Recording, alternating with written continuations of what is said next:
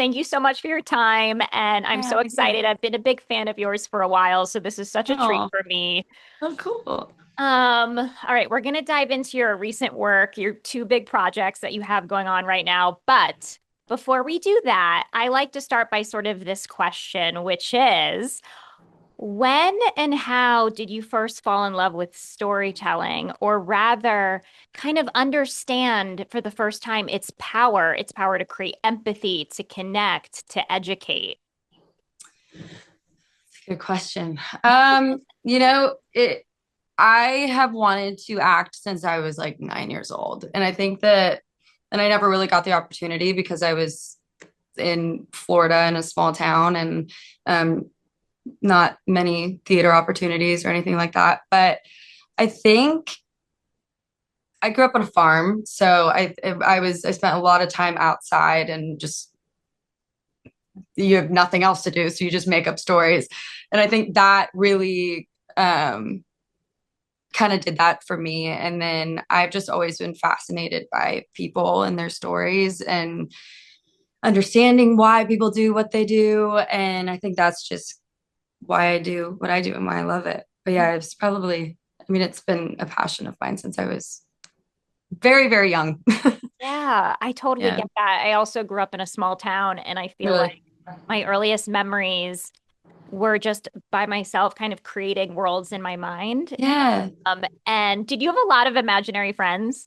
Yes. I was always creating. And I was never really it didn't come from being a fan of TV or movies, although I loved them. But it really came from, I think, just always living in my imaginary world. And now I get to do it for a living, which is The wild. best. But yeah, Yeah, I mean, that makes sense to me though, because I want to get into your work because what comes to mind first is how grounded, and honest your work is, no matter what genre you're playing in, no matter what world you're playing in. And it's sort of a through line for me. And that makes sense because your kind of way into storytelling was through truth, through just like being alone and creating, not through like wanting to do something that you saw on TV and then right. Yeah. learning, oh, that's the way through, seeing film and TV or whatever and being like, oh, this is how I can take what's up here and like this passion and kind Express. of make it real. Yeah. Yeah, no, for sure. I think that, and I think it's my like, well, and I appreciate the compliment. That's very kind. So as an actor, you're like, I hope I did an okay job, and that never goes away. But yeah, I think what I like to draw from is are just people's stories and feeling what they're feeling and understanding, you know, everyone comes from a completely different story. And I find that so fascinating. And it could be the same genre of a film, but a completely different person and a different, who has a different background and different traumas that have happened to them and they react a different way. And I love, I love that side of acting because it's so psychological. It is, it's a true study of humans. And I think that's the coolest part about it. So true. Which is it's so interesting because I was going to ask what your kind of way into a character is. And is it sort of is kind of the backstory, the psychology of the character, which is, and I think too, like we can feel that as an audience. I think that like we're finding as content becomes more genre bending and filmmakers and storytellers play with genre, we're finding that it's character first and foremost that really brings the story to life. And it can be set wherever, Mm, whenever, but if the characters um aren't grounded and there isn't a truth to them, we're not invested. No matter right. how magical or like, no matter how big the fantasy. And it's just to me that's the power. It's the magic. Um, Of storytelling. That's why we tell stories, in my opinion. I'm like, you find the humanity in it. Everyone but like exactly if it doesn't matter where or when or how, these are humans, these are human stories. And I think that's yeah, kind of my thing Yeah, when absolutely. we Yeah. approach stuff. Yeah. Yeah, no, it completely makes sense. All right, let's talk about your two most recent projects, which I was thinking about this, which couldn't, on the surface, feel very different. Couldn't Mm. be more different, one may say, Yeah.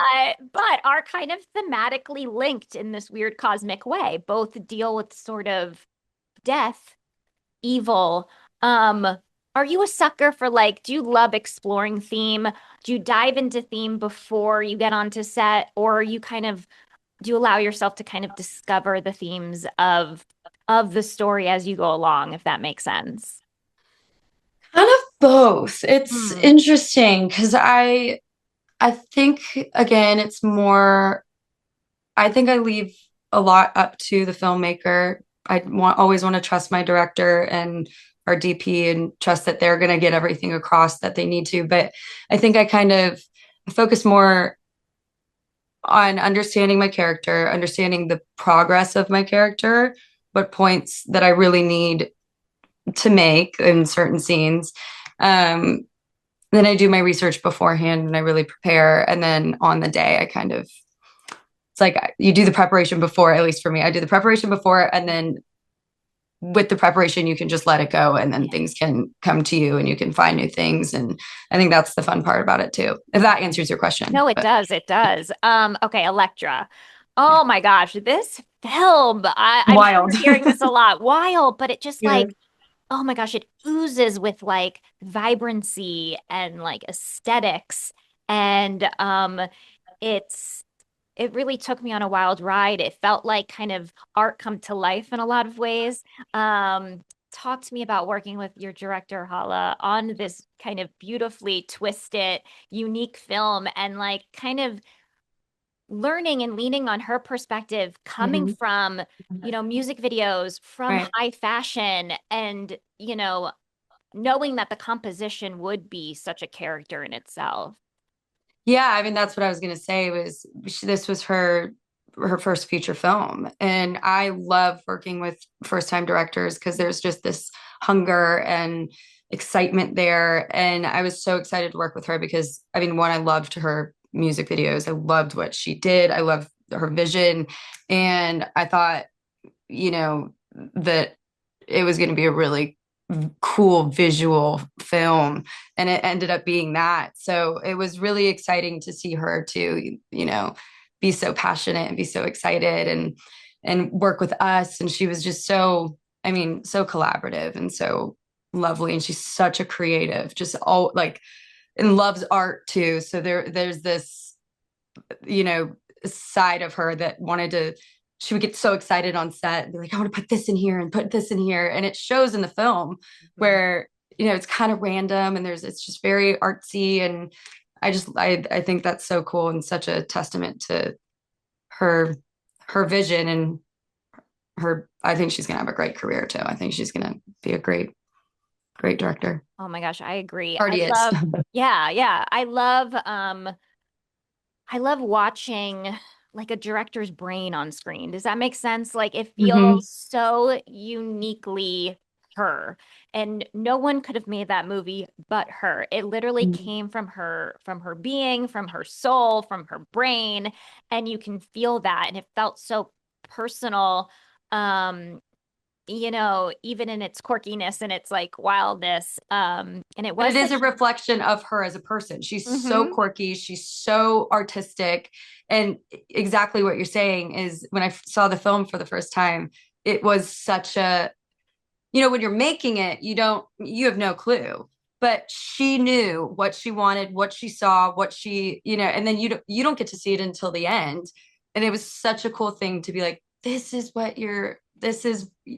what was in your brain. This is what you wanted. And it's like an entryway exactly like into their brain and their vision. Yeah, it feels really special. It feels like a kind of honor to see to see the tunnel vision. And like it's like crazy because I think about that a lot. Obviously, like there's beautiful movies that you could say, hey, guess the director, and maybe you don't know, but you still are connected to it and you love it. But it's just when something is so uniquely the Mhm. filmmaker, it's just that's risky. I think it takes real bravery to do that, to be like, here's me, Mhm. and I'm unapologetic about it and kind of take it or leave it, but it's just so truthful and authentic in that way. And I just can't imagine like the joy as an actor, and the safety to be able to play in that type of environment, to your point where you're like, well, she knew. So I Mhm. was like, and then to be in Italy. It was amazing. Yes. Oh my Yeah. It God. was so cool. Such a cool place to film. Yeah. No, but it was, she really is phenomenal. And I have so much respect for, because I feel like so often people copy things that they like, and that's fine. I think that's just art is art, and you're going to draw from certain things that you like, but it is, to your point, such a cool thing to watch when someone takes a risk and kind of creates their new kind of a new basis for people now to draw off of. And it's Right. brave, it's very impressive. I completely agree. It becomes more of an experience than Mhm. just a film. Right. Yeah. And something that can kind of create conversation, and you just kind of want to sit in it and simmer in it and go, like, what did I just watch? And then Yeah. what I was pulled to this, it's just, and I think we need more of that. As content is just like, we all know it. There's just so much of it. So much. Yeah. Um, okay, and then on the flip side, you have The Ritual. Um, you play Emma Schmidt, who's, opposite Al Pacino, which I need to dive into that because Dog Day Afternoon was kind of my way into cinema. Um, but your character endures multiple exorcisms, and I kept thinking about the physicality of this role and the emotional toll and the physical toll. It's based on true events, Yeah. which freaked me the F out because Yeah. even though I'm not religious anymore, I did grow up Catholic, and that sort of never Mhm. leaves. And I was like, oh no. Oh God. Yeah, it was such a I just loved that script when I read it because it wasn't your stereotypical horror film where it was just jump scares and you end on a scary note. It What drew me to it was, first off, Emma and this woman who is truly suffering and has been through, and it's based off of real events. So, and I love people and real events. So I that was fascinating to me. But just the point of her being this very vulnerable woman who is truly suffering from either psychiatric issue or demonic possession. And I love that we really, or at least in the script, and what we really tried to accomplish was kind of teeter on that line of which one is it, and really try to show this woman's vulnerability and focus more on her and as a human, as opposed to, oh, this is just a woman getting an exorcism and we're going to show scary things, which Right. that was really, really special to me to kind of be able to dive into. 100%. Talk about the humanity. And I think too, Yeah. just this idea that, to your point, it could be this, it could be that, but at the end of the day, let's come together and not deny this woman care in some Yeah. capacity. At the end of the day, let's make sure that she survives. Right. And because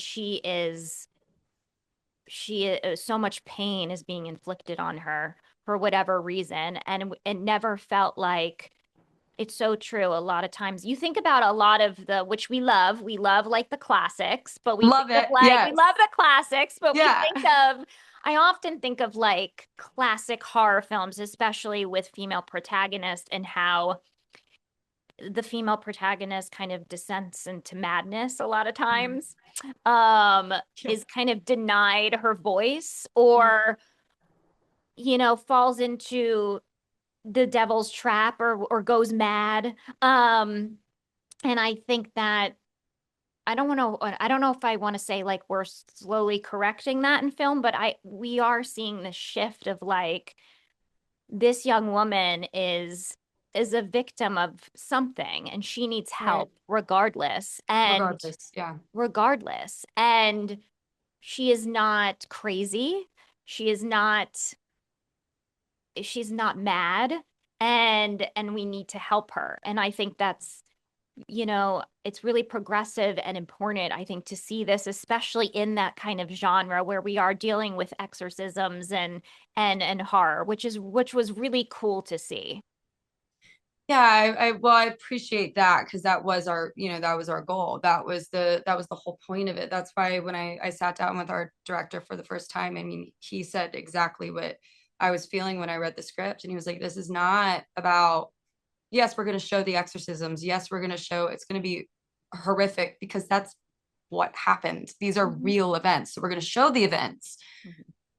But at the core of this, it's a woman that is suffering, and we're not going to have it be one thing or another. We're let's try really hard to dive deep into how to portray that there may not be an answer, and that's okay.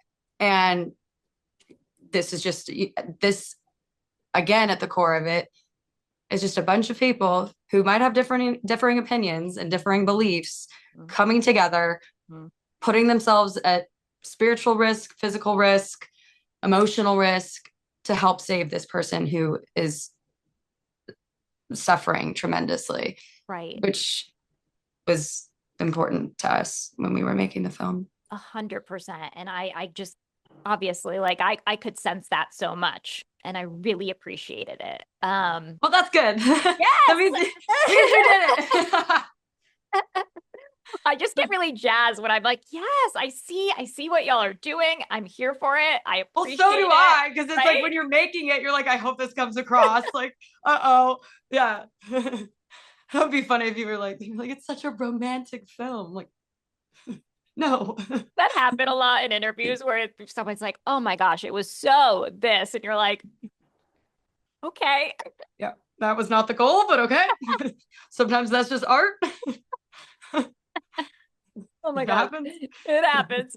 Yeah. Um, but how do you, I mean, the role in it, whatever was real or not real, it had to be tremendously difficult physically on Yeah. you.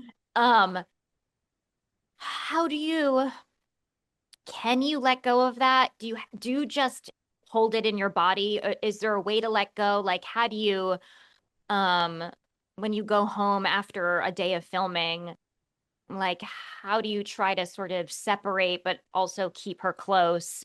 What was that process like for you? Because I can just imagine it being challenging. Yeah, it's interesting because I feel like my process as an actor, and I feel like I've always made an effort to do this, but make sure that when I go into it, I completely separate. And I just to make sure that I stay healthy and I stay okay and I keep in contact with friends and family. I go home a lot, but home right now in Florida. But yeah, I think it wasn't as difficult as I expected. I think because of the amount of time that I had to prep for it with my director and with Al and with everyone, I feel like I knew kind of what to expect and just made a really big effort when, cameras stopped rolling or when we wrapped for the day. I would just leave it at the door and go home and just kind of detach in that way. I know a lot of people have a hard time with that, but I feel like I've kind of made it a very big effort to um, not let that happen. But yeah, Right. I mean, you do obviously. There's going to be you're emotionally exhausted, you're physically exhausted, but that's just, in my opinion, I'm like, that's just a part of it. I knew what I was signing up for. Mhm. It's 4 weeks of my life. I'll be okay. It's not real. It's it's not me. Yep. Yep. But yeah, and also I also make sure that when they say cut, I don't really need to stay in character either. I can like I just kind of go into it keeps the lightness, I feel like for me. I Right, can be right. myself and then go right back into character. So it's definitely a muscle, you know, you have to make sure that that you that you make an effort to stay healthy in that way. But that's how I handle it. Oh, that's so good. I mean, that's amazing. And yeah, I think too, what I'm hearing, both of these films, Electra and The Ritual, are small casts, Hmm. very intimate, um, take place in very few locations. Does sort of the kind of intimacy and the smallness allow for sort of that collaboration for more, maybe perhaps more discussions to be had to kind of create environments where you can let go more or trust more or whatever. Hmm. Yeah, 100%. 100%. Because right. I came from television, and that's a whole different animal. Um, but I really have enjoyed doing these smaller independent films because it's a smaller crew. You have your director, who is usually also the writer. If you have an idea, you can throw it at them, and if they say no, they say no. If they like it, you can change it on the day in the moment. And having that smaller cast to really hone in and collaborate with has been so fun for me and so just creatively fulfilling because you feel I was saying this it's we all know on set that okay this is a small indie film. We're all here for the same reason. We all want it to do well, and we have to do well in order for it to do well. Mm-hmm. So there is an air and just an energy on a set like that where everyone is on the same page. Everyone is working the same amount and cares the same amount, um, which I've really fallen in love with. Just so to answer your question, yes, 100. It makes a very big difference, and I love it. Oh, I love that so much. Are you interested in, you haven't stepped behind the camera yet, please? Not yet. Okay, are No. you? Because I'm just hearing a lot, just you're so passionate about the psychology of characters.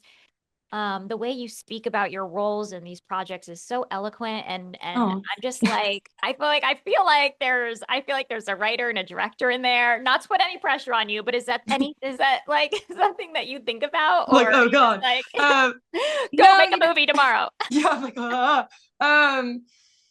yes, 100%. I would love to eventually do my own projects and have my own creative vision with things. Yeah, I'm definitely interested in writing and directing one day. It's not really something that I'm rushing towards though, because I feel like when it happens, it'll happen. Hmm. And I just enjoy acting so much, but I also love the collaborative process of it, especially on an indie set that has kind of like I don't know, sparked an interest, awakened kind of that part of me where I'm like, I would love to um, have more of a creative say. Hmm. And would you already get a creative say when you're on an indie set? It's just it's so fun and it's so cool. But I would love to, share my own vision and my own stories Yeah, eventually. Yeah. yeah. I Yeah. was, I'm like, yes, yes. You're hyping me up. I love Oh, this. yeah, Thank you. I can see it, baby. Yeah. Well, I could talk to you forever, but I don't want to You take up too. too much of your time. No But worries. gonna end on a quick like rapid fire Okay. round. But because we're cherry picks, we call it sweet and sour. Okay. So like you can interpret sweet and sour however you'd like, but sweetest role you've ever played. Like who's the Oh, sweetest? although I guess it's not, but I don't know. The character, probably Dorcas from Sabrina, Chilling Adventures of Oh, Sabrina. I feel like she was sweet. She was a sweet. witch, but she was sweet. I Yeah. mean, witches are sweet. I love Yeah, they witches. can be sweet. Yes. Most sour time of the day to shoot. Oh, I was gonna say night shoots, but that's not actually, early. I'm not a morning person. Me So neither. no, yeah, but you have to be, I I guess, in know. this I mean, in industry. So life, I'm I like, guess I it's, guess, yeah, I'm like not meant for life, but I know. yeah. I feel that way sometimes. I'm like, oh God, it takes me like, even if I wake up early, it takes me like 3 hours to actually wake up. No, me too. It's so bad. I was literally, I asked my doctor that. He's like, sometimes people are, I was like, is it bad that it takes, and people now know, like, don't talk to me until like an hour or 2 hours because Mhm. it takes me, but I'm just, yeah, I'm not a morning person. Yeah. Yeah, but yeah. So All I right, wake up I'm with early you. before I get to set so that I'm nice. I like that. I know Yeah. my husband calls me Monster Meg in the morning, so Yeah. you can imagine. Okay, sweetest crafty snack. Again, doesn't have to necessarily mean Okay, because like, I was gonna say cheese. oh, yum. What kind of And cheese? What's your fave cheese? all cheese. Love a good love a good cheese stick. Love a Ooh, good uh baby bell, you know, the oh ones, the little yeah, red. Yeah, yeah. I love classic, all cheese. Love a classic. Gouda. Not so much a Swiss fan. American cheese, all cheese. I love cheese. Mm, cheese is great. Yeah. Um, Most sour part about saying goodbye to a character. Um, I guess just living with living with that character for so long and being so engrossed in them. I think probably that part and being like, oh, but it's also actually sometimes it's nice because then you're like, okay, I'm done. Like at least for me, I'm like, okay, I'm done. I did my job. That I played that character, and now I can Right. move on. Yeah. I just thought of this, and I've never asked anyone this question, but do you ever dream like your characters or of your character? No, no, Interesting. but I do have nightmares. I have a recurring nightmare. It's been happening at least, it's so weird, like once a week, where I will Oh, show up to set and and like I can't memorize anything, uh, or like a new monologue will be handed to me, and I forgot that like that day was the day that I was supposed to do the monologue, and then I can't mhm. remember it, and it's like it's almost like I know people will have recurring nightmares. Oh, that too, where you show up to school and you Like, forget yeah. that you like had a test. I have Hmm. those too, but no, but I have nightmares about showing up to set and not being prepared. I think that means that you're just like a perfectionist and you're good at your job and you like to be prepared.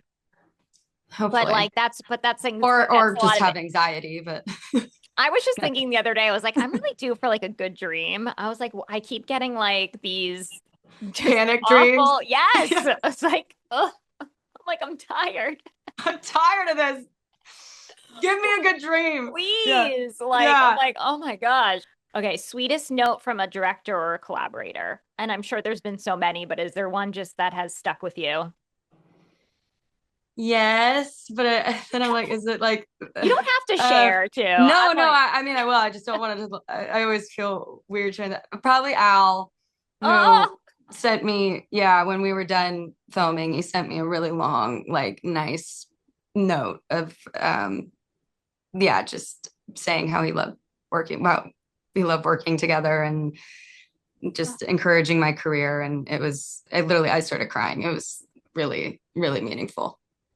I was just gonna say, like, your work reminds me a lot of Jessica Chastain, and it's not because of the red hair. It's because of People do it's that just all the time. They're like, you remind me of this redhead that I know?" And then they show me a picture. I'm like, "I look nothing like it's because I have red hair." But that is a I was huge red. compliment. No, no, it's to go back to what I said in the beginning, where it's like it's your rawness, it's your honesty Oh, that like remember watching Jolene. That's where I think I first saw Jessica she's Chastain, and amazing like in that. Yeah. yeah, but I get the same feeling when I watch you.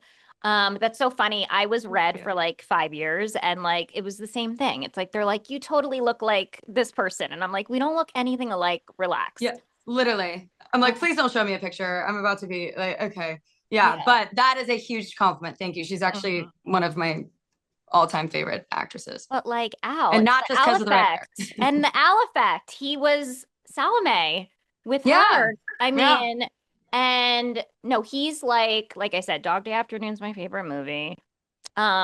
Some people may say that my husband is a little bit like a young Serpico vibe. So like I have a deep love for Al Pacino. I So love I it. can't even As do imagine. I. He's Oh, amazing. He's such an amazing human. Like working with him, it was just a dream. It's crazy. You wouldn't expect it because, well, right. you would, but Well, or he could be like bizarre. He it, could be like a weird, well, bizarre old he's Hollywood type. I don't know. well, yeah, and he's been working in this industry he's a legend, and I was Mhm. so terrified. I was like, I don't know how this is gonna, go, and a huge imposter syndrome. But it was the minute that I met him, it was just this overwhelming sense of peace. He's so disarming, so Mhm. kind. He cares so deeply for his work at even at the age that he's at, and after all of his long career. It's just it made me realize that